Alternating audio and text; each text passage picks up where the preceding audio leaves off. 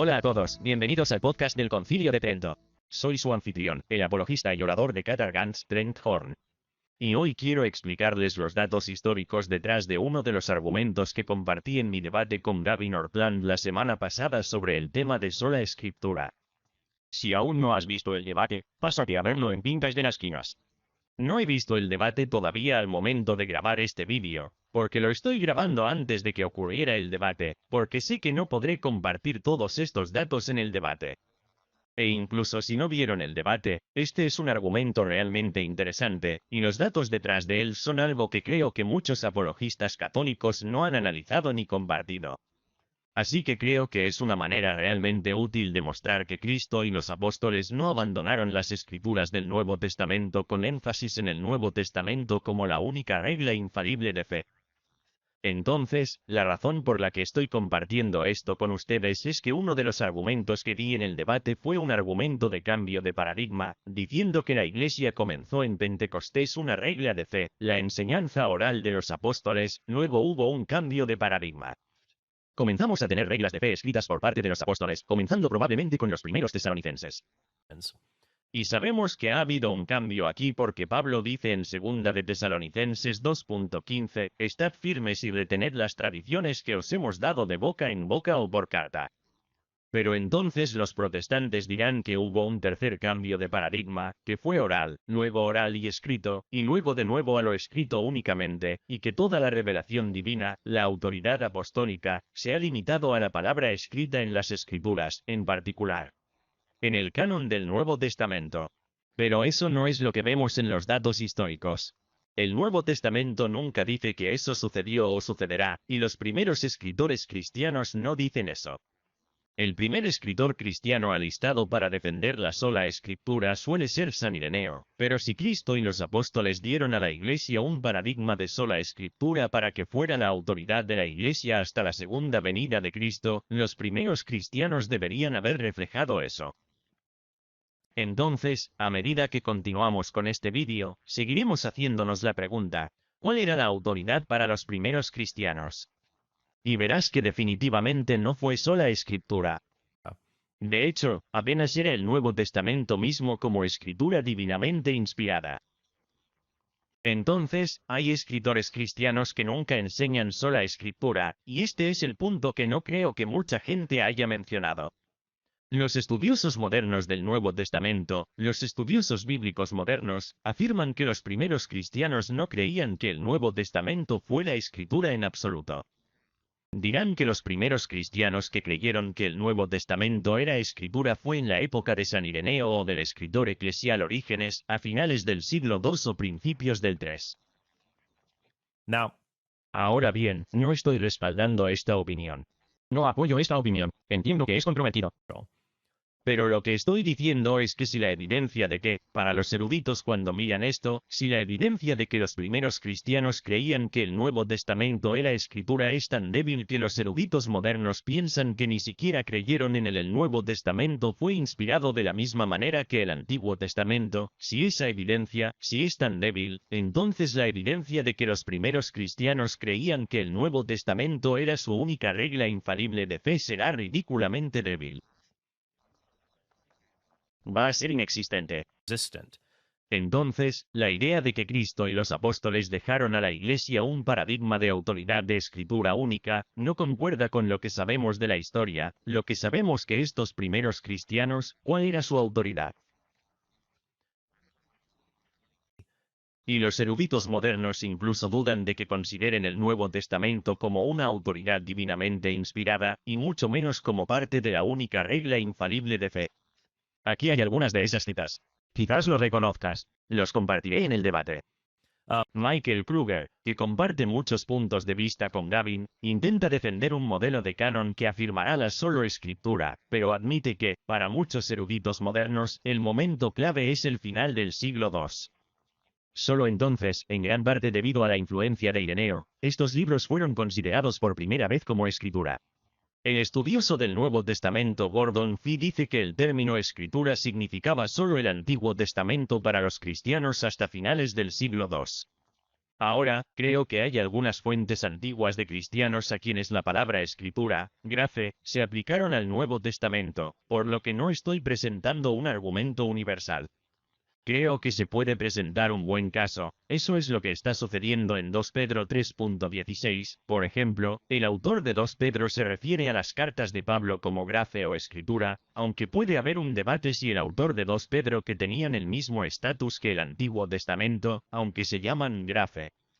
Pero de todos modos, puedes encontrar algunas fuentes, pero son solo unas pocas.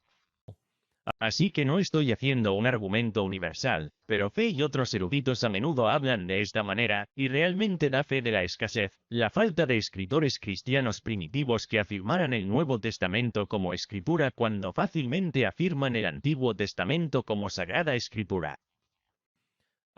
Didin, en su obra Las palabras no volverán vacías, dice que los documentos del Nuevo Testamento estaban en circulación a principios del siglo II, pero no existía un consenso universal sobre qué escritos apostólicos debían tener el mismo peso que las escrituras del Antiguo Testamento. Finalmente, Lee MacDonald, erudito protestante y también erudito canónico, dice que en el primer siglo y medio de la historia de la Iglesia no se le dio prominencia a un escritor de evangelios ni a un evangelio como documento escrito. Entonces, una vez más, para resumir el argumento que estoy presentando aquí, no estoy respaldando la opinión de que los primeros cristianos no creían que el Nuevo Testamento fuera escritura inspirada, pero estoy diciendo que si sola escritura fuera cierta, y eso es si bien el modelo que Cristo y los apóstoles dejaron de la Iglesia para que todos lo siguieran, esperaríamos que los primeros cristianos citaran el Nuevo Testamento como escritura divina mucho, mucho más de lo que lo hacen como autoridad primaria. Y realmente no lo hacen, ni siquiera lo tratan, no lo tratan como una única y falible regla de fe. Ni siquiera lo tratan como la regla principal de fe cuando revisamos las fuentes aquí y lo verán. Ahora bien, permítanme abordar una objeción, una refutación, creo.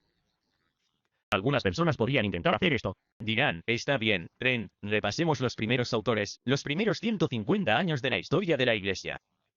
Mira, de la asunción corporal de María, por ejemplo, no dicen nada. No dicen nada sobre esta doctrina católica en particular. Entonces, según tu propia lógica, debe ser falso. No, ese no es el argumento que estoy planteando. No estoy afirmando que todas las doctrinas que creemos deban encontrarse en los primeros padres de la Iglesia. No todas las doctrinas tienen el mismo peso. Algunos son primarios, otros secundarios y otros terciarios. Gavin lo admite, escribió un libro completo sobre el tema llamado Finding the Right Hill to Die On. Hay cosas que se pueden enseñar y revelar que no son los elementos primarios de la fe. Pero lo que estoy diciendo es que la Escritura, la idea de que el Nuevo Testamento sea divinamente inspirado y sea parte de la única regla infalible de fe. Y cuando decimos que las Escrituras son la única regla infalible de fe, bueno, en realidad nos estamos centrando en el Nuevo Testamento, porque los judíos dirán que las Escrituras son inspiradas, pero rechazan la enseñanza cristiana. Es el Nuevo Testamento del que estamos hablando aquí. Entonces queremos preguntarles a los primeros cristianos, ¿qué pensaban del Nuevo Testamento?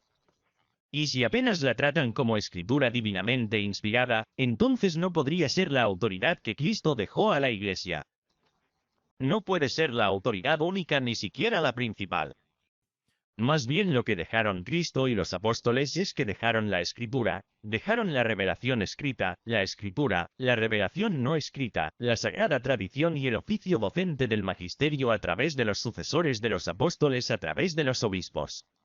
Así que no estoy tratando de probar ese paradigma católico hoy, pero lo que estoy diciendo es que cuando miramos a los primeros escritores, durante los primeros 150 años, ven las escrituras y la autoridad y tradición de la Iglesia como una autoridad y escritura particular de la Iglesia, pero la escritura es principalmente el Antiguo Testamento, no el Nuevo Testamento.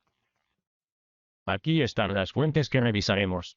Primero Clemente, la epístola de Bernabé, y explicaré cuáles son cada una de ellas a medida que las analice. La Didache, Ignacio de Antioquía, Arístides, Policarpo de Esmirna, segundo Clemente, no escrita por el primer Clemente, pero sigue siendo una fuente, Pastor de Hermes, Justino Mártir, el martirio de Policarpo, la epístola de Diadneto, Melito de Sardis, Gegesipo, Atenágoras de Atenas y Teófilo de Antioquía terminarán justo antes que Ireneo, los primeros 150 años. Esto no es exhaustivo. Hay otros Quadratus, hay otros fragmentos, hay otras obras protonósticas, hay otras narrativas como el Proto-Evangelium de James, es más como un evangelio de la infancia. Estos son los principales en los que quiero centrarme y creo que nos serán útiles para ver cuál era la autoridad para estos primeros cristianos. También quiero agregar que puse una nota aquí, las citas son aproximadas.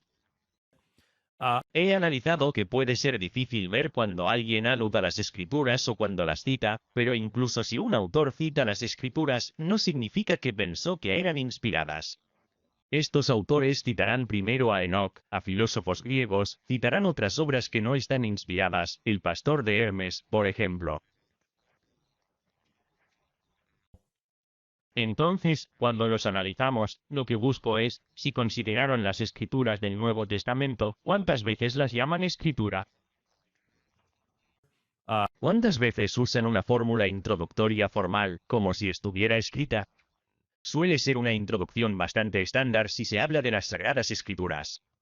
Dices que está escrito. No siempre, pero sí a menudo. Así, o algo parecido. He buscado escrituras sagradas, inspiradas, las escrituras sagradas, y así vemos eso. Y al pasar por todo esto, lo he pasado varias veces, pero solo soy un ser humano. Quizás haya recibido algunas citas, ya sabes, algunas, tal vez no citaron el Nuevo Testamento 15 veces, lo siento, tal vez no citaron el Antiguo Testamento 15 veces, lo citaron 14 veces. Las citas son aproximadas, pero incluso si me equivoco en una o dos en cualquier dirección, el argumento principal que planteo sigue en pie. Entonces, el primero es Clemente de Roma. Si tomamos una fecha tardía, el año 96, finales del primer siglo, es cuando Clemente era el cuarto obispo de Roma o el cuarto papa. Si tomamos una fecha anterior, como alrededor del año 67, 68, eso fue cuando Clemente era un secretario correspondiente, un sacerdote, que escribía en nombre de la Iglesia romana en su conjunto. Eso explicaría el uso plural, el lenguaje plural en primer Clemente. Entonces, Clemente hace muchas referencias al Antiguo Testamento y cita el Antiguo Testamento como escritura. Conté unas 14 veces. En algunos de esos casos, la palabra escritura está entre paréntesis. Puede que no esté en el texto original, pero parece que todos los editores pusieron allí que eso es lo que Clemente quiso decir. Sin embargo, hay muchos casos en los que la palabra escritura está muy claramente en el texto y se aplica al Antiguo Testamento. Usa la fórmula está escrito. Entonces yo diría que más de 20 veces Clemente cita el Antiguo Testamento como escritura. Bruce Metzger, un conocido erudito protestante, dice que la Biblia, lo siento, dice que la Biblia de Clemente de Roma era el Antiguo Testamento, no el Nuevo Testamento. Porque cuando vas al Nuevo Testamento, Clemente nunca lo llama escritura, ni una sola vez. Él dice cosas como, está escrito y parece citar el Nuevo Testamento, como Santiago 4-6, Dios resiste a los orgullosos, pero el propio Santiago está citando el Antiguo Testamento. Esto sucederá a menudo. Un padre de la iglesia primitiva citará el Nuevo Testamento, llámelo escritura, pero la única parte del Nuevo Testamento que cita es donde el Nuevo Testamento cita o parafrasea el Antiguo Testamento. Por cierto, hay que recordar que estos autores antiguos eran bastante imprecisos con sus citas. En los evangelios verás cosas como dice el profeta Jeremías, pero en realidad será un pastiche, será una amalgama. Lo siento, estoy usando 6 palabras de $4.000 aquí. Será una combinación de diferentes profetas menores con Jeremías, pero dirán lo que dice Jeremías. Entonces, muchas de las citas son vagas, a veces incluso simplemente paráfrasis. Sin embargo, no vemos aquí, cuando digo citar el Nuevo Testamento como escritura divina, me refiero a algo exclusivo del Nuevo Testamento, no solo cuando cita el Antiguo Testamento, porque Santiago en realidad está parafraseando Proverbios 3.34 aquí. Además, vemos a Clemente citando a Corintios 2.9, diciendo, porque la Escritura dice, pero lo que Pablo dice aquí, y el ojo ve, ni el oído oye, ni entra en el corazón del hombre las cosas que él, Dios lo ha preparado para ellos. Es decir, Pablo está citando a Isaías 64, donde Isaías dice, eres de la antigüedad nadie ha oído ni percibido con el oído. Ningún ojo ha visto fuera de ti a un Dios que obra por los que esperan en él. Entonces, una vez más, incluso si Clemente está citando lo que leyó en Corintios 2.9, lo que está citando proviene del Antiguo Testamento. Y simplemente se está reformulando nuevamente en el Nuevo Testamento para decir, sí, como dice la Escritura, y le gusta cómo Pablo lo cita. Él dice que Clemente dice que Pablo escribió bajo la inspiración del Espíritu en 1 Clemente 47, pero eso no significa que el autor de 1 Clemente pensó que Pablo escribió escritura divinamente inspirada o que los escritos de Pablo eran gratos, eran escrituras, simplemente porque escribió bajo la inspiración del Espíritu. Debido a que Clemente describe sus propios escritos de esta manera en Primera de Clemente 63, insta a los corintios a quienes escribe Clemente, les dice que sean obedientes a las palabras escritas por nosotros y por medio del Espíritu Santo. Por eso utiliza ese lenguaje de sus propias obras. Y en la iglesia primitiva, estoy seguro mencionaré esto en el debate, John Poirier en un estudio 2021 mostró que la palabra inspiración, neanostos, se usa en la iglesia primitiva en todo tipo de escritos. Los únicos escritos que no se llaman inspirados son los escritos heréticos. Pero si tienes una pieza sólida, doctrinalmente sólida, Gregorio de Nisa dice que los escritos de Basilio fueron teonustos. Algunos de los cánones, algunas de las cosas que provienen de los concilios se llaman teonustos o incluso epitafios. La iglesia primitiva dijo eso, escribió sobre obras no bíblicas que eran inspiradas, por lo que eso no significa que Clemente pensara que Pablo estaba escribiendo las escrituras. Entonces, y esto es algo que cuando lees a eruditos como Metzger y otros, están de acuerdo en que Clemente cita el Antiguo Testamento de las Escrituras, no el Nuevo Testamento. Entonces, en cuanto a la autoridad, ¿quién es la autoridad de Clemente? El Antiguo Testamento y la Iglesia, particularmente los sucesores de los apóstoles. Él es muy claro en eso. En 1 Clemente 42, Clemente dice esto. Porque así dice la Escritura en cierto lugar, nombraré a sus obispos con justicia y a sus diáconos con fe. Ahora bien, no he visto una escritura con esta redacción. Podría ser una paráfrasis muy amplia de algo en el Nuevo Testamento, pero no he encontrado una escritura que diga esto. Pero Clemente aparentemente pensó que la verdad, nombraré a sus obispos con rectitud y a sus diáconos con fe, era tan importante, pensó que al menos lo era en las escrituras, cuán importante era la estructura de autoridad de los obispos y los diáconos. También dice en 1 Clemente 44, habla de la autoridad de los presbíteros y cómo tienen esa autoridad a través de la sucesión apostólica. Él habla de cómo los apóstoles sabían que a través de Jesucristo habría conflictos por el cargo de obispo, y por eso habían planeado que otros hombres aprobados los sucedieran en su ministerio, que nombrarían personas y cuando se durmieran, ellos nombrarán a otros. Entonces, para resumir, ¿cuál era la autoridad de Clemente de Roma? Cita el Antiguo Testamento como escritura más de 20 veces, nunca cita el Nuevo Testamento de esta manera, pero eso no significa que no supiera sobre el Nuevo Testamento porque Clemente cita las palabras de Jesús como autorizadas. Cita las palabras de Jesús, pero nunca dice que las palabras de Jesús provengan de la Sagrada Escritura como lo hace con las palabras de los patriarcas o los profetas del Antiguo Testamento. Pero sí ordena a sus oyentes que sigan las autoridades eclesiales divinamente establecidas. Entonces, comenzando con nuestro primer testimonio de la Iglesia no bíblico, ¿cuál creían que era la autoridad en la Iglesia? Para Clemente, es el Antiguo Testamento, no cita el Nuevo Testamento como escritura divinamente inspirada, pero sí habla de que la Iglesia está divinamente establecida y tiene sucesión apostólica y la necesidad de obedecer a las personas que son parte de eso. Muy bien, el siguiente es el Didache. Este es un catecismo temprano, la enseñanza de los 12. Entre 50 y 120, aunque voy a fecharlo antes y veréis por qué. En Didache 14, dice que lo dicho por el profeta Malaquías, relacionado con que todos me ofrecerán sacrificios en el Antiguo Testamento, que esta es una profecía que se dice hablada por el Señor. Entonces, voy a llamar a esto una cita del Antiguo Testamento como divinamente inspirada, y el autor de la Didache conecta esta profecía sobre sacrificios futuros con el sacrificio de la Eucaristía que se ofrece entre los cristianos. Y otros padres de la Iglesia hacen esto, Justino Mártir hace esto. Entonces vemos aquí una conexión entre la profecía de Malaquías sobre el sacrificio universal y el cumplimiento del pueblo de Dios en la Eucaristía.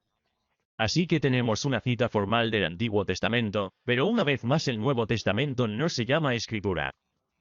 Hace referencia al Nuevo Testamento, pero no lo llama Escritura ni utiliza ningún identificador de que sea Escritura, como está escrito. Vemos referencias a Mateo 7-6, donde Jesús dice, no den lo santo a los perros, y el autor de la Didache deja claro, por lo que Jesús dijo aquí, no den la Eucaristía a personas que no están bautizadas. Punto.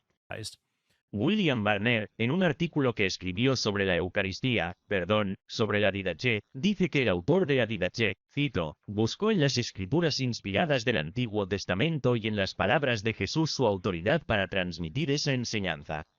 Punto. Así que el autor de la Didache, su autoridad era el Antiguo Testamento, pero en particular las palabras de Jesús.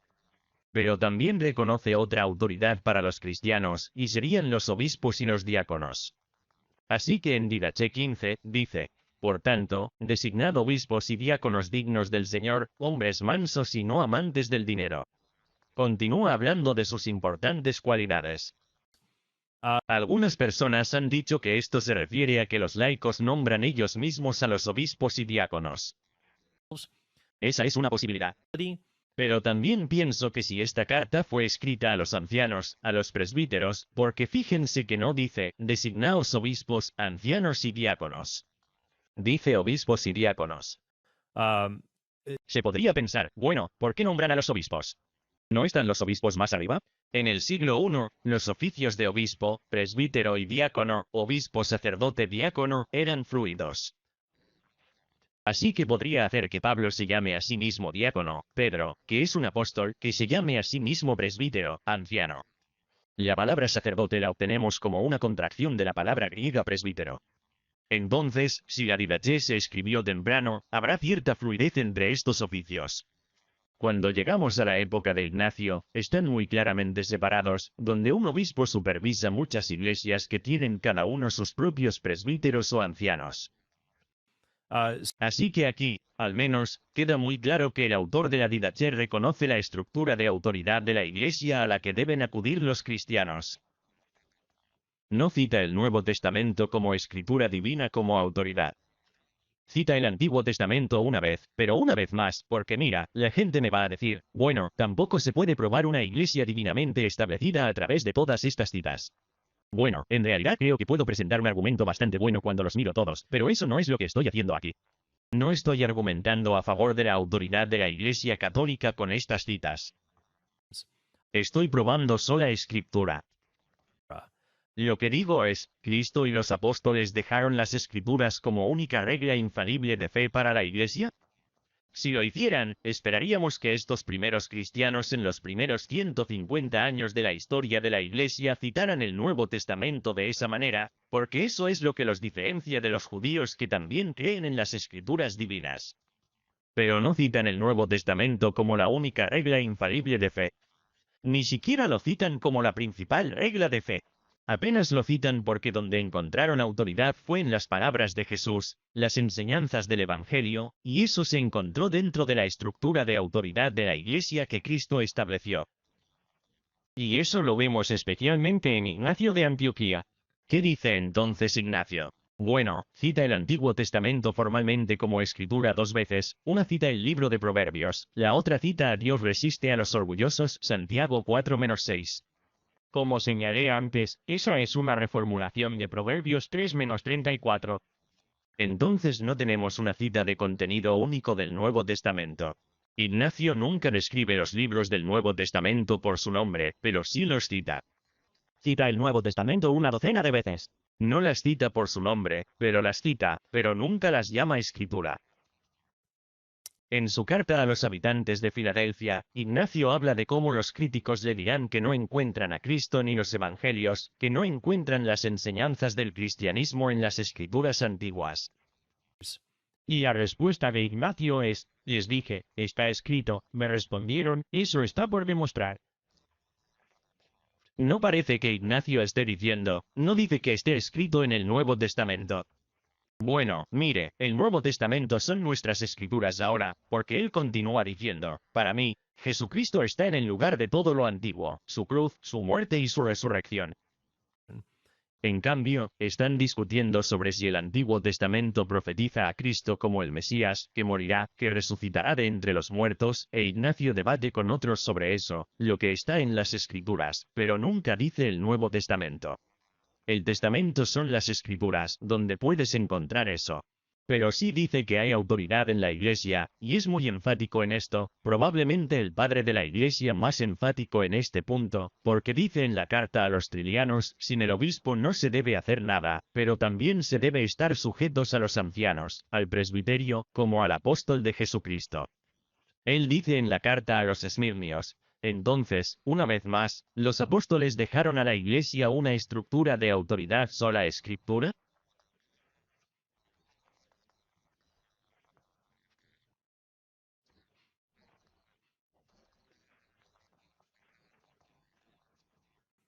No, porque todavía no tenemos ninguna cita del Nuevo Testamento como escritura en absoluto, y mucho menos como parte de sola escritura. Pero sí tenemos varias citas de cristianos que buscan autoridad en la Iglesia, y eso proporciona mucha más evidencia para el paradigma católico de las escrituras, la tradición y el magisterio que para las escrituras solas. El siguiente es Arístides, uno de los primeros apologistas y filósofos, que escribió, diría yo, alrededor del año 125 c. Arístides no cita el Antiguo Testamento como escritura divina, no cita el Nuevo Testamento como escritura divina. Parece estar escribiendo una disculpa a un rey pagano, así que podríamos entenderlo, pero es curioso que diga de la predicación cristiana, todo lo que se habla en boca de los cristianos es de Dios. Por eso reconoce sus proclamas orales y su carácter vinculante. Quiero decir, tal vez no sea universalmente así, pero él lo reconoce. Se refiere a escritos cristianos. Él dirá, oh, King, ve y busca sus escritos. Se han acercado más a la verdad y al conocimiento genuino. Habla de escritos cristianos, pero nunca los llama escrituras. Él nunca las llama las escrituras cristianas. Entonces, aquí parece un llamado. Risides realmente no nos da mucho sobre cuál es la estructura de autoridad para los cristianos en general en este escrito. A continuación tenemos a Policarpo de Esmirna. Policarpo fue discípulo de ese. John. Ireneo fue uno de los discípulos de Policarpo. Este es alguien que conoció a los apóstoles. Cuando miramos tenemos una carta de Policarpo, la carta a los habitantes de Filadelfia. No hay citas formales del Antiguo Testamento en la carta de Policarpo. Hay citas del Nuevo Testamento. Se cita más de una docena de veces. Esta puede ser la primera cita formal del Nuevo Testamento. Soy un poco escéptico, pero este puede ser el primero. Llegaremos a eso aquí en breve.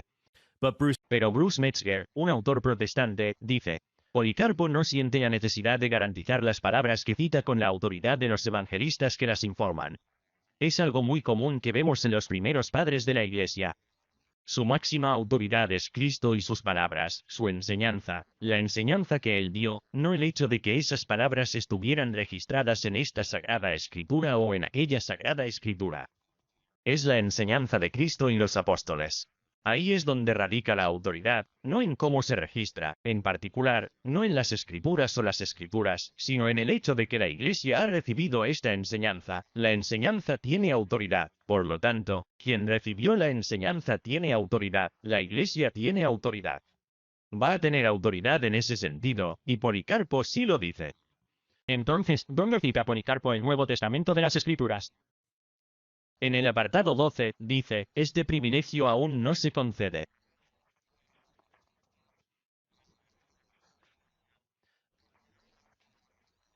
Está declarado entonces en estas escrituras, enojaos y no pequéis, y no se ponga el sol sobre vuestro enojo. Entonces, esto es extraño porque Policarpo habla aquí de las Sagradas Escrituras, y parece que cita a Efesios 426, o una parte de Efesios. Me encanta este pasaje de la carta de Pablo a Efesios como, ya sabes, es interesante, siempre digo, no te vayas a la cama enojado. Y a veces simplemente hay que irse a la cama enojado. Si estás casado, vete a la cama, lo arreglarás al día siguiente. Entonces, tal vez Paul, tal vez esto no fue un consejo matrimonial, pero él dice que se enoje. Puedes enojarte, pero no pecar. No dejes que el sol se ponga sobre tu ira. Ahora bien, este consejo es básicamente, no dejes que tu hijo se alimente. Me encanta eso. Está bien estar enojado, pero no permitas que se agrave y se convierta en una odiosa malicia. Pero en la primera parte, lo que es Pablo parece estar recitando lo que ya está en el Salmo. El Salmo 4-5 dice, enojaos y no pequéis. Y luego Pablo agrega algo más adelante aquí, no se ponga el sol sobre vuestra ira, lo cual otros eruditos dicen que Pablo puede estar parafraseando otros aspectos del Antiguo Testamento que tienen una enseñanza similar. Permítanme mencionar aquí que esta cita está en disputa. Entonces hay gente que dice, bueno, Policarpo está citando el Salmo 4-5 y Efesios 4-26 como escritura, o simplemente Efesios como escritura. Entonces, tal vez esté citando su escritura, o tal vez esté citando el Salmo, y pensó erróneamente que Efesios 4-26 era parte del Salmo, o citó Efesios 426, pero solo porque pensó que era una paráfrasis del Antiguo Testamento y eso es lo que quiso citar. Pero incluso si lo permites, lo que creo que es extraño acerca de esta cita es que a lo largo de toda la carta a los de Filadelfia, Policarpo cita el Nuevo Testamento una y otra vez, y nunca lo llama escritura. Pero solo a esta parte la llama escritura, y es la única que parece derivarse, al menos en parte, del Antiguo Testamento. Entonces, no es un respaldo inequívoco a las escrituras del Nuevo Testamento, pero estoy dispuesto a ponerlo como un signo de interrogación aquí, ya que mucha gente lo considera así. Pero aún así, no es mucho. No menciona ninguna otra cita bíblica, es extraño. Pero sí reconoce la autoridad de la Iglesia. Así, en su carta a los Filipenses, sección 5, Policarpo dice, por lo que es necesario abstenerse de todas estas cosas concupiscentes.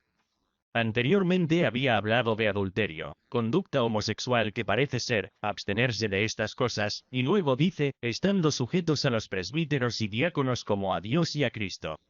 Lenguaje muy fuerte en la nueva iglesia, como, sin lectura el Nuevo Testamento como si Dios y Cristo te estuvieran hablando. No vemos nada de ese lenguaje. No vemos nada para sola escritura, pero sí vemos, bueno, mira, haz todo esto y mantente sujeto a los sacerdotes y diáconos como estás sujeto a Dios y a Cristo. Muy fuerte. Y también habla de que las vírgenes, aquí tenemos vírgenes consagradas u otras vírgenes, deben andar en conciencia irreprensible y pura. Muy bien, pasando por aquí, nos adentramos en principios del siglo II. Hasta ahora, todo lo que tenemos es que tenemos el Antiguo Testamento como escritura divina, reconocemos la autoridad de la Iglesia y la conectamos con el lenguaje divino, la sucesión apostólica divina, pero tenemos solo una cita ambigua para que el Nuevo Testamento sea una escritura divinamente inspirada. A continuación tenemos la epístola de Bernabé. A veces esto es del año 70 al año 130. Es un estudio del Antiguo Testamento hablando de cómo profetiza y contiene descripciones alegóricas del Nuevo Testamento y de Jesucristo. Por eso, el Antiguo Testamento se cita con frecuencia. Se cita decenas de veces a lo largo del documento. Hay 9 referencias al Antiguo Testamento como escritura, bueno, 13 si se incluyen las introducciones de está escrito.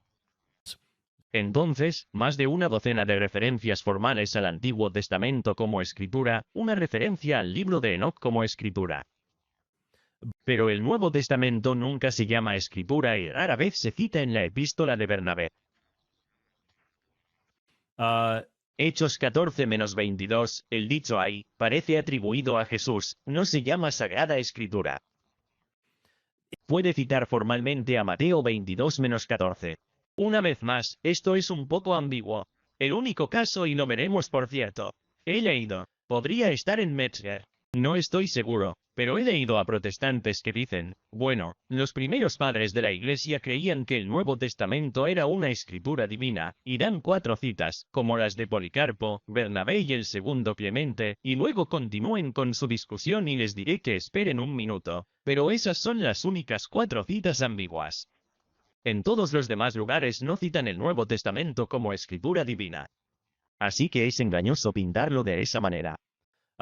Pero Bernabé dice aquí, tan grandes señales y prodigios se hacen en Israel, que finalmente fueron abandonados, para que no tengamos cuidado, no sea que seamos encontrados cumpliendo la palabra, como está escrita. muchos son los llamados, pero pocos los elegidos. El único lugar que encuentras eso es en Mateo 22:14, donde Jesús está contando una parábola sobre la persona invitada al banquete.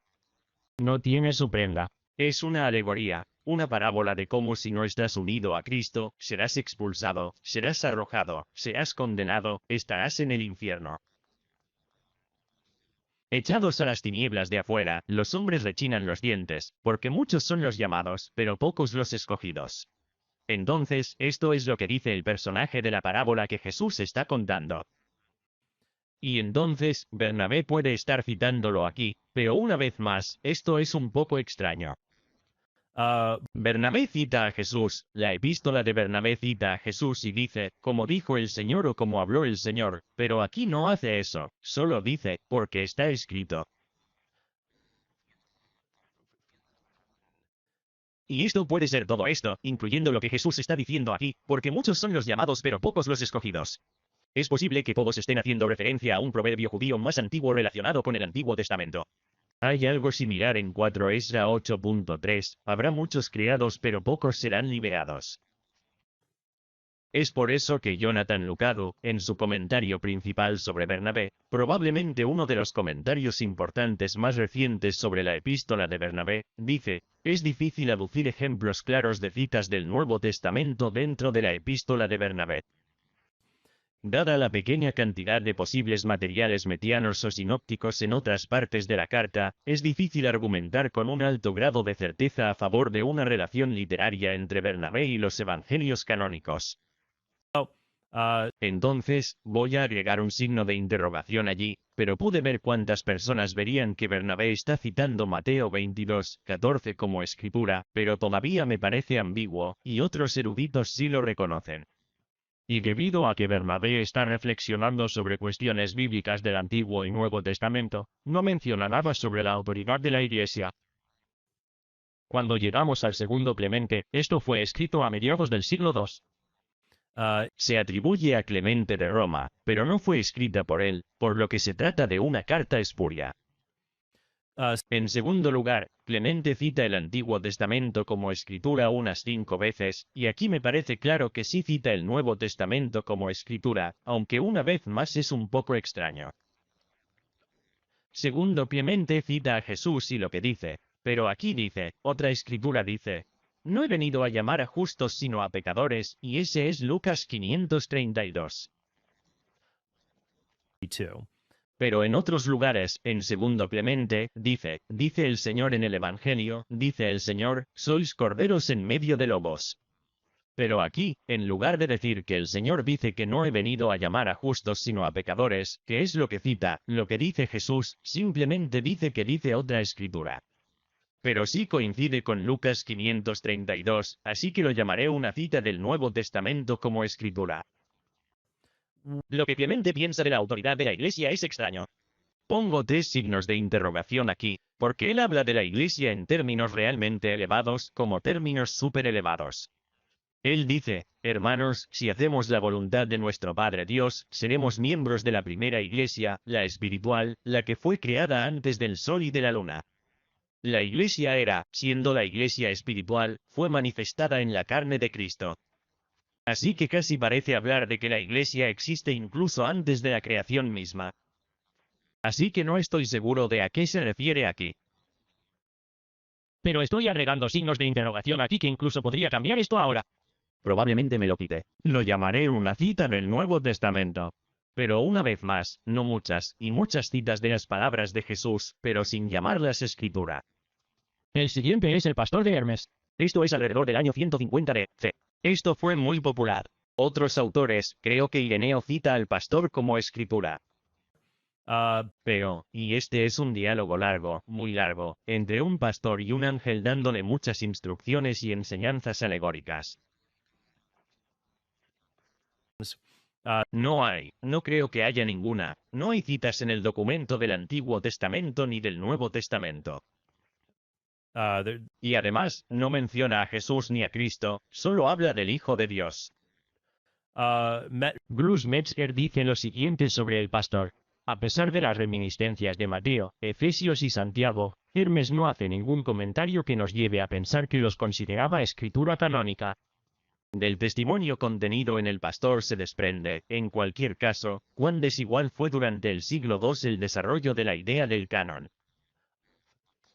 Pero tenemos muchas referencias a una iglesia autorizada en el Pastor de Hermes, incluso sin citas de las Escrituras, o incluso citándolas como simples escritos, vemos referencias a la autoridad de la iglesia. Dirás, por tanto, a los que presiden la iglesia que orienten sus caminos y su justicia. Leed las palabras en esta ciudad junto con los presbíteros que presiden la iglesia. Ahora os digo a vosotros que presiden la iglesia llaman los primeros asientos. Entonces, reconociendo que hay quienes presiden la iglesia, tienen autoridad sobre ella, detienen en los primeros asientos entre los que presiden diferencias de autoridad.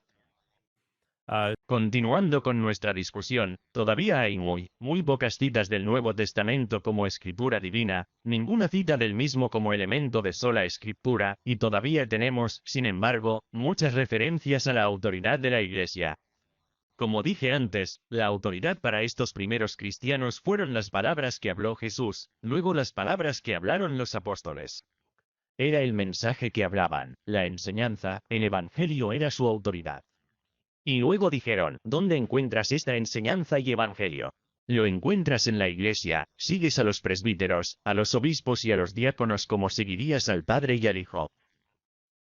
A continuación, tenemos una descripción del martirio de Policarpo escrita en algún momento de la segunda mitad del siglo II. Estas no son citas del Antiguo Testamento como escritura, ni citas del Nuevo Testamento como escritura, aunque sí cita 1 de Corintios 2.9, pero nosotros, como dije antes, 1 de Corintios 2.9 cita a Isaías 64.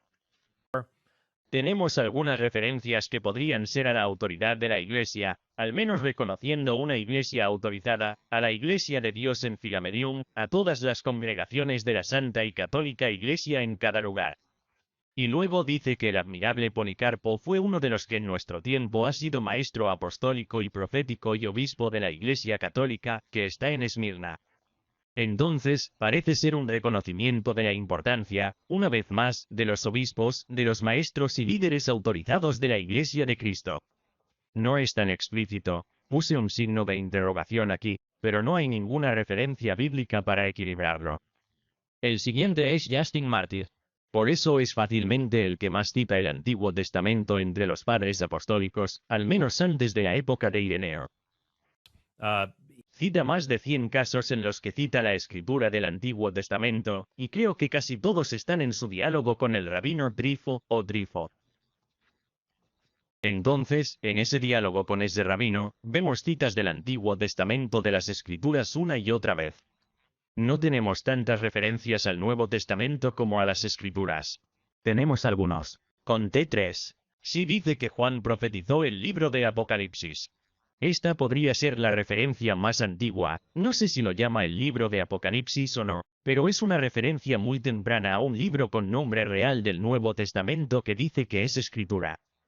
Entonces él habla del Apocalipsis, dice en el Evangelio, está escrito que dijo, todas las cosas me son entregadas por mi Padre. En otro momento dice, está escrito, entonces los discípulos comprendieron que les hablaba de Juan Bautista. Puede ser que Justin esté citando el Nuevo Testamento usando la fórmula introductoria, está escrito, o podría simplemente decir, está escrito o está registrado, sin implicar que sea escritura, porque Justin también usa esto para obras no bíblicas. Dice que está escrito que Perseo fue engendrado de Danae, que era virgen. Entonces habla de la mitología griega y romana, al menos esto sería mitología griega, y la cita, dice que está escrita, pero obviamente no cree que sean las escrituras. Entonces, es ambiguo, una vez más, pero estoy dispuesto a darlo. Solo te daré 3 allí. Pero también cita muchas veces a Jesús, pero no lo llama. No lo llama escritura. Cuando se trata de la autoridad de la Iglesia, no he citado a Justin como citando la autoridad de la Iglesia, aunque tal vez debería haberlo hecho, porque menciona en su primera disculpa que solo habla del presidente o de quien preside el servicio eucarístico. Ahora alguien podría decir, oh, ese podría ser un laico, esto o aquello, ya sabes. Así que no incluyo eso aquí, pero él habla, en su descripción de la misa, de que la estructura es muy similar a la misa que todavía se celebra hoy en día en sus elementos principales. Así, pero aún así, vemos el Nuevo Testamento citado una y otra vez. El Nuevo Testamento no se cita como escritura de esa manera. Nos estamos acercando al final del siglo II y no estamos viendo el Nuevo Testamento tratado de la manera que esperaríamos si las escrituras en solitario fueran ciertas. Ni siquiera como única regla infalible de fe, sino simplemente como regla primaria de fe.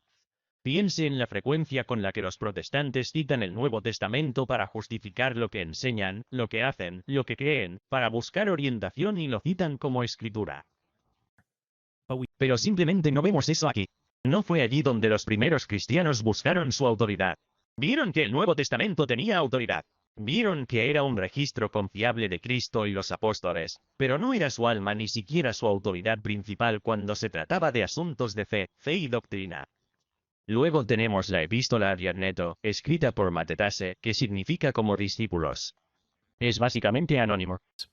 Probablemente, algunos lo sitúan en 130, probablemente sea más tarde del siglo II. No hay citas formales del Antiguo Testamento ni del Nuevo Testamento, ya que las escrituras inspiradas citan 1 de Corintios 8.1. Aluda a otras escrituras del Nuevo Testamento, pero no las llama escritura ni dice que estén escritas. Quizás algunas referencias aquí a la autoridad de la Iglesia. Punto. Le pondré un signo de interrogación, que Matetase defiende su propia autoridad al escribir este dicho, no hablo de cosas extrañas para mí, ni pretendo nada inconsistente con la recta razón, que habiendo sido discípulo de los apóstoles, me he convertido en maestro de los gentiles. Las cosas que me han sido entregadas las ministro a los que son discípulos dignos de la verdad. Y la tradición de los apóstoles se conserva en la gracia de la Iglesia exultante. Entonces, puede ser aquí lo que está diciendo que cuando habla de, bueno, ¿dónde está nuestra autoridad? Proviene de los apóstoles. ¿A quién le enseñaron? Bueno, ellos me enseñaron. Tal vez lo hicieron, tal vez no. Y enseño a otros. Eso parece inclinarse más hacia que Matetase creyera en una estructura de autoridad de la Iglesia. No hay idea aquí, no hay referencia aquí de que él crea en una estructura de escritura en solitario. Ni siquiera cita el Antiguo o el Nuevo Testamento como escritura inspirada. Luego tenemos a Meritón de Sardes, un obispo de finales del siglo II. Cita mucho el Antiguo Testamento, pero nunca lo llama escritura. Él es, el Nuevo Testamento, hace referencia. Hay una oración final al final. Solo tenemos fragmentos, por cierto, de Melita. Tenemos fragmentos registrados en Eusebio, y en esos fragmentos él tiene una oración donde cita diferentes cosas, y parece citar, puede estar citando el Nuevo Testamento de las Escrituras porque también cita el Antiguo Testamento, pero nunca lo hace. Citarlo formalmente como escritura, los agrupa. Solo dice que provienen del Evangelio y del Apóstol. No nombra los libros del Nuevo Testamento. Realmente no dice nada acerca de la Iglesia, dice que la Iglesia es el novio. Entonces, en general, con Milito, es una especie de lavado en cuanto a cuál era su autoridad, aunque cita mucho las escrituras en sus obras. Hegesibus el cronista. Una vez más, solo tenemos unos pocos pasajes que se conservan de Eusebio, por lo que es uno de los primeros historiadores de la Iglesia. Nos habla del martirio de Santiago, por ejemplo. Cita una vez el Antiguo Testamento de las Escrituras. Él llama escritura a Isaías y usa la frase la escritura del Evangelio, por lo que parece ser una cita del Nuevo Testamento. Sin embargo, también hace referencia a la estructura de autoridad en la Iglesia. Entonces habla de una Iglesia autorizada. Dice que la Iglesia de los Corintios continuó en la fe ortodoxa hasta el momento en que Primus era obispo en Corinto. A mi llegada a Roma, preparé una lista de la sucesión de obispos hasta Anaceto, cuyo diácono era Eleuterio. A Anaceto le sucedió Soterre. Después de él vino Eleuterio, que coincide con la lista de Ireneo en el siglo II. También habla de herejes con opiniones privadas que dividen, que estaban dividiendo a la Iglesia en ese momento. Entonces, si leyeras a Hegesipo, lo que él analiza es dónde están los cristianos, donde parece, y por supuesto es fragmentario, pero lo que parece que él reconoce como autoritativo serán las escrituras y el oficio de enseñanza de la Iglesia dado en aquellos que son sucesores. De aquellos que ocuparon cargos antes que ellos que se remontan a los apóstoles. Atenágoras, creo que nos quedan los dos últimos aquí, escribió Atenágoras. ¿Lo puse temprano?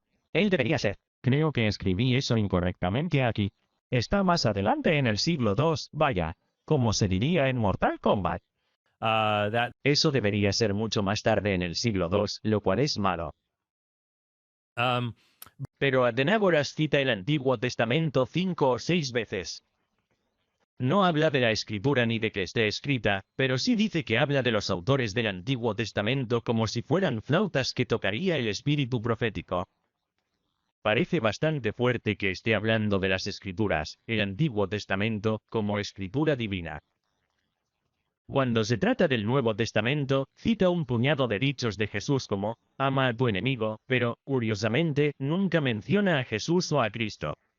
Solo habla de los lobos. Entonces, volvamos a mi interacción con Gaby Northland sobre la veneración de iconos. Atenágoras es muy anti-iconos. Ya sabes, nuestro Dios no es visible. Nuestro Dios es invisible. No hay nada visible, no es visible, no es material. Sin embargo, es extraño porque si lees a Atenágoras, nunca pensarías que creía en la encarnación.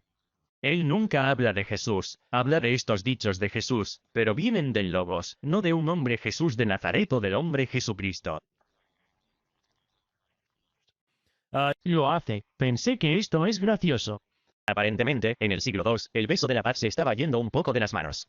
Entonces dice que Jesús, que el Logos, nos dice, si alguno besa por segunda vez porque le ha dado placer, peca. Por eso, el beso debe darse con el mayor cuidado.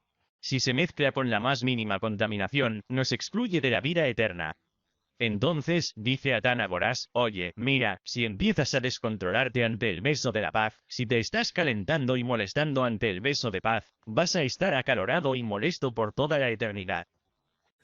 Y dice que Jesús dijo esto, eso se lo atribuye.